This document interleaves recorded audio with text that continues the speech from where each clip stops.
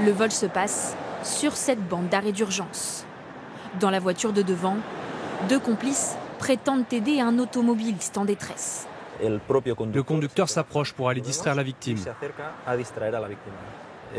Son complice sort, il est accroupi, il ouvre la porte et puis il n'a plus qu'à voler. Au total, ça a pris 12-15 secondes.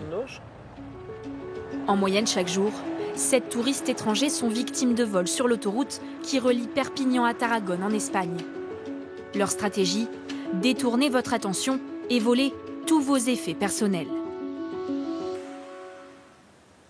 À El Vendrell en Espagne, nous avons retrouvé une victime de ces vols bien rodés.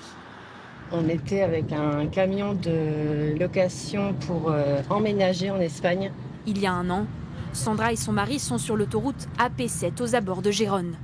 Un véhicule leur fait des appels de phare, se met à leur hauteur. En nous faisant des grands gestes, en nous montrant comme si on avait un problème à nos pneus à l'arrière. Ça a l'air très urgent. Voilà. Paniqués, ils s'arrêtent alors sur la bande d'arrêt d'urgence et l'escroquerie commence. La personne m'amène vers le pneu arrière, là, pour m'expliquer que c'est là qu'il y a un problème. C'est là que, donc, il m'enlève tout, enjoliveur, la valve, qui l'enlève de l'air. Et lui, il s'en va, il remonte dans la voiture et il démarre, il s'en va. Elle ne se doute de rien, mais un complice vient de s'introduire dans la voiture pour voler son sac à main. À l'intérieur, papier d'identité, téléphone, carte bancaire et 250 € en liquide. On pleure de rage, quoi, un peu de colère, parce que c'est pas possible de se faire avoir, quoi, comme ça. Son cas n'est pas isolé.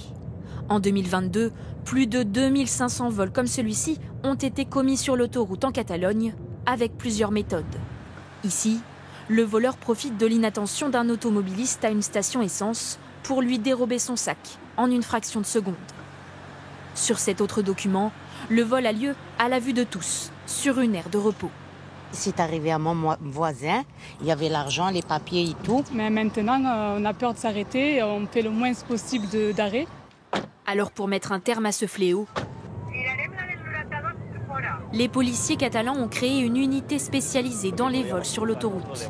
On nous a signalé un vol au kilomètre 76. Chaque jour, 17 agents patrouillent pour traquer ces bandes parfaitement organisées.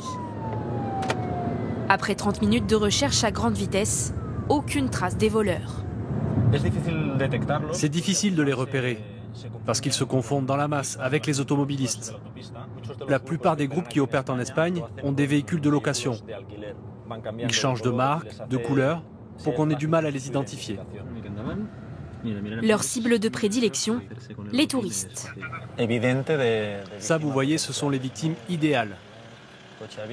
La voiture est ouverte, les 2 passagers sont dehors en train de manger tranquillement. C'est facile. La plupart des voleurs sont des multirécidivistes, car en Espagne, un vol sans violence n'est pas passible d'une peine de prison. La meilleure arme de la police catalane reste la prévention. On enquête sur ce type de vol qui a lieu sur l'autoroute. Que ça me rassure peut-être pas, parce que effectivement là j'y pensais pas, maintenant j'y pense, donc c'est sûr que ça va un petit peu m'inquiéter, mais qu'ils nous préviennent déjà, c'est bien. De lourds moyens comme des hélicoptères et des drones sont mis en place pour aider les policiers catalans. Une centaine de voleurs est interpellée chaque année.